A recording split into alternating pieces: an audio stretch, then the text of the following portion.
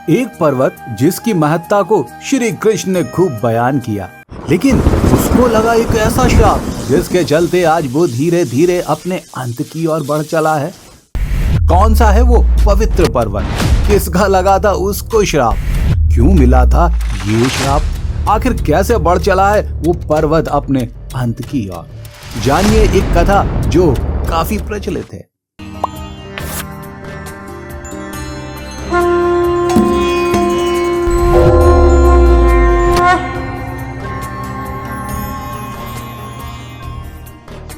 गोवर्धन पर्वत, वो पर्वत जिसके माध्यम से भगवान कृष्ण ने न सिर्फ प्रकृति की महत्ता को उद्धृत किया बल्कि इंद्र का अहंकार भी तो चूर चूर कर दिया था।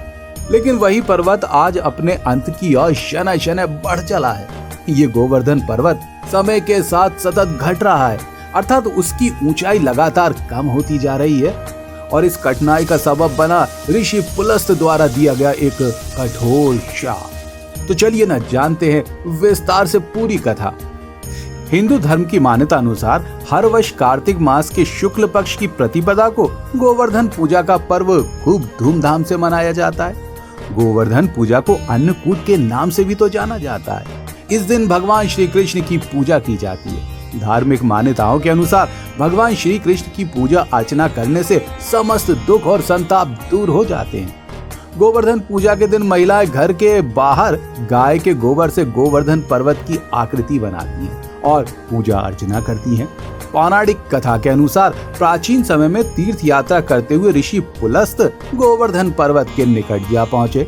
यहाँ पर गोवर्धन की सुंदरता देखकर वो मंत्रमुग्ध हो गए और उन्होंने द्रोणाचल पर्वत से निवेदन कर दिया कि आप अपने पुत्र गोवर्धन को मुझे सौंप दीजिए। मैं उसे काशी में स्थापित करना चाहता हूँ और वहां रहकर इसका पूजन अर्चन करूंगा।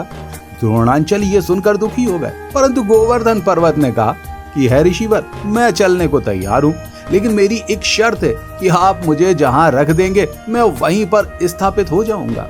सुनकर पुलस्त ऋषि ने गोवर्धन की बात मान ली। इसके पश्चात गोवर्धन ने ऋषि से कहा कि मैं 2 योजन ऊंचा और 5 योजन चौड़ा हूँ ऋषिवर, आप मुझे काशी तक कैसे ले जाएंगे? पुलस्त ऋषि ने कहा कि मैं अपने तपोबल से हथेली पर उठाकर तुम्हें काशी तक ले जाऊंगा। और आखिरकार जैसा ऋषिवर ने कहा था, उन्होंने गोवर्धन को अपनी हथेली पर उठा काशी की यात्रा प्रारंभ कर दी।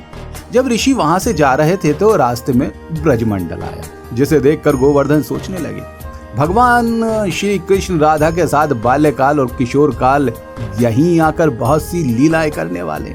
उनके मन में ये विचार आने लगा कि वो यहीं पर रुक जाए तो कैसा रहेगा। ऐसे में गोवर्धन पुलस्त ऋषि के हाथों में और अधिक भारी हो गए, जिसके कारण से ऋषि को विश्राम करने की आवश्यकता का एहसास हुआ। ऋषि ने गोवर्धन पर्वत को ब्रज में ही रख दिया और विश्राम करने लगे।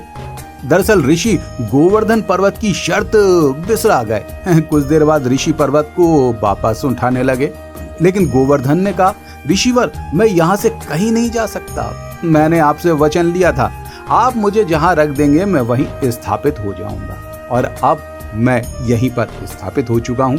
ये सुनकर पुलस्त ऋषि उन्हें वहां से ले जाने का हठ करने लगे, लेकिन गोवर्धन थे कि वो बिल्कुल भी ना हिले।